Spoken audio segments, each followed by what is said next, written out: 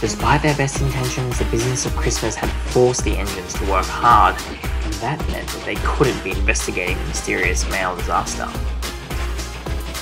However, part of that business had been due to the fact that the engines had to dedicate special mail trains, but they still couldn't use the mail wagons, which had been under repair for almost a month and a half now. As such, as the Christmas crowds began to subside, the engines were back on the lookout for clues. As Percy pulled his freight train along the line, he was looking for anything suspicious or out of the ordinary, and as he stopped at the station, he soon heard something that caught his eye. "Hush, hush," said Percy to the trucks. "I'm trying to listen." Percy pricked up his ears, listening hard to the sounds that were coming from the mail room. The final phase of the plan is meant to be happening this afternoon. Where are the other engines? Never you mind about that. They're having the final meeting at the yards at the end of the line this afternoon. That is when we will finalize the grand plan. Now shh, someone might be listening. "Bust my buffers, I'm busy taking more trucks this afternoon.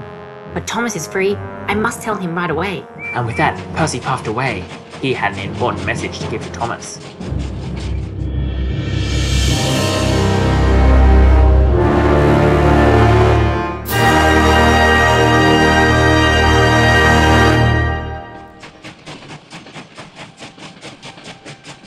After chatting to Percy at the big station, Thomas had steamed away, heading to the yards at the end of the line.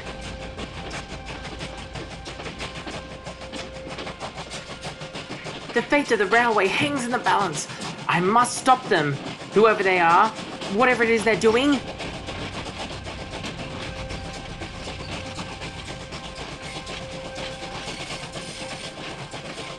Just as Thomas approached the last station before the yards at the end of the line, he saw one of the broken down mail wagons sitting in a siding. Suddenly, Thomas had an idea.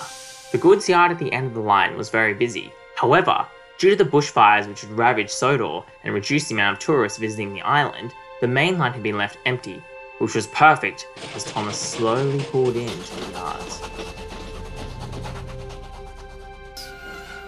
Thomas's dryer and fireman dampened his fire to stop the steam from building up and creating any unexpected whooshes or wheeshes, and then they waited. Thomas looked over towards the station building. He had a feeling that's where the meeting was going to go down.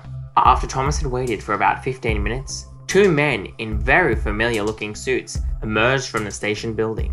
"Bust my buffers, that must be them." You've seen the railway's finances. How is it faring? Exactly as we'd hoped. It seems without the mailed cars, Sodor's efficiency has dropped by 25%. That's enough to completely destroy Sir Topham Hatt's operating profit. I don't understand. If there's no railway, how will the mail get delivered? Once that news gets out to the shareholders, it'll be toast for Sir Topham Hatt Proprietary Limited shares. Then we can swoop in and make our bid. Oh, you see, we're going to do one better. I've installed some devices on the next express train, which are sure to ensure the brakes fail. That will wipe off at least another 15%, and then this railway will finally be a good deal. You know the boss does like a little bit of carnage where possible. Great work, he will be pleased. In shock, Thomas's fireman accidentally knocked open Thomas's cylinder cocks, sending steam hissing everywhere. Hold up, did you hear that? Wait on, over there, on the main line. Is that an engine? Hi, I was just here to deliver this faulty mail cart to be repaired. You wouldn't happen to know anything about that, would you? Uh-oh. What kind of excuse was that? What kind of detective am I? Ugh. You've heard too much. Stay where you are or face the consequences. Thomas didn't want to stick around to find out what consequences meant and started to puff away. We mustn't let him escape until we've bought the shares in this railway. Well, isn't it convenient that the mail keys also let us get into the signal box? It's time to stop that tank engine.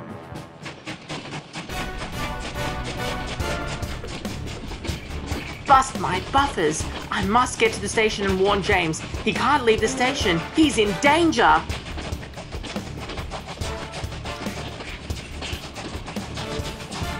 But then there was trouble. The points up ahead suddenly changed path, putting Thomas on track to a siding. Fizzling fireboxes! Brace for impact! Looks like I've still got my shunting skills, even if I've spent most of the time these days traveling the world and pulling my own trains. I might have spoken a little bit too soon about that one.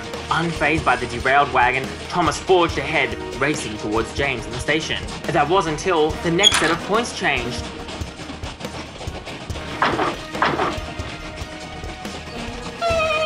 That was fun! No silly games, truck. The entire railway is in danger. We're nearly at the next station.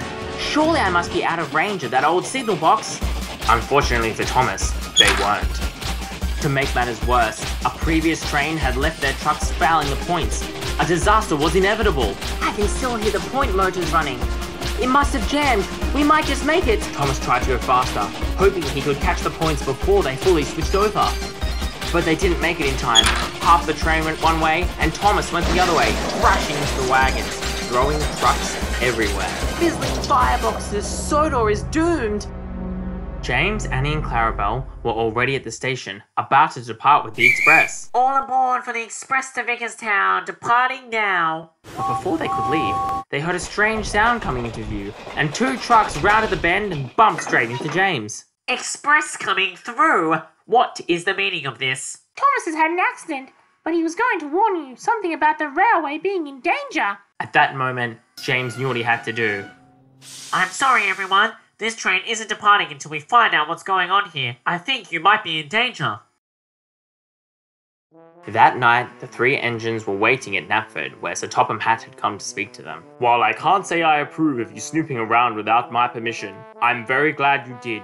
Good work, engines. You solved the mystery of the mail cars. I'm just glad that I managed to get the message to you, James. Otherwise, we would have been in serious trouble. So am I. Turns out someone had gone through and cut the brake lines at Annie and Clarabelle. We wouldn't have been able to stop. But there's one thing I don't understand. Who were those people you saw, Thomas? I can answer that one, Percy. Those were the board of directors from the mail company. It seems they were trying to devalue the shares of this railway in order to stage a hostile takeover, although I can't say I quite understand their methods. Have we caught them? Undoubtedly so, Thomas. The police have them in custody right now, and will soon get warrants for the rest of the board. I've also ripped up the contract with the mail company, and will be getting a new tender out at once. Everything will be back to normal.